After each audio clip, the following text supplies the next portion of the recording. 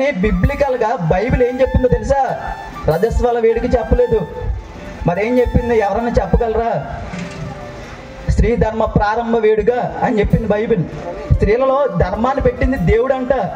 ఈ ధర్మాన్ని ఎందుకు పెట్టాడంటే దేవుడు ఒక ఫలాన్ని కోరుతున్నాడండి. స్త్రీలలో ఉండేటువంటి ఆ ధర్మాన్ని బట్టి ఒక ఫలాన్ని కోరుతున్నాడు.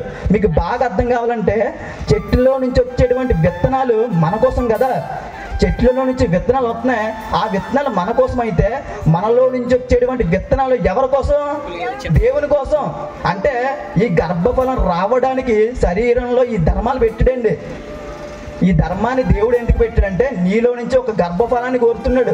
ఆ గర్భఫలాన్ని దేవునికి ప్యూర్గా ఇవ్వాలి, పరిశుద్ధంగా ఇవ్వాలి, నిర్దోషంగా ఇవ్వాలి. జాగ్రత్తగా ఆలోచించండి. పరిశుద్ధత యందును ఘనత యందును తన శరీరమును, తన ఘటము అంటే శరీరం, తన శరీరాన్ని కాపాడుకోవడమే దేవుని యొక్క చిత్తం అంట. అంటే దేవుని యొక్క ఇష్టం ఏంటో తెలుసా? మన యొక్క శరీరాలను కాపాడుకోవడమే దేవుని యొక్క చిత్తమండి. స్త్రీలకు మనం చెప్పాల్సింది, నాన్న నువ్వు బయటికి వెళ్ళినప్పుడు అమ్మకి చెప్పి వెళ్ళాలరా, నాన్నకి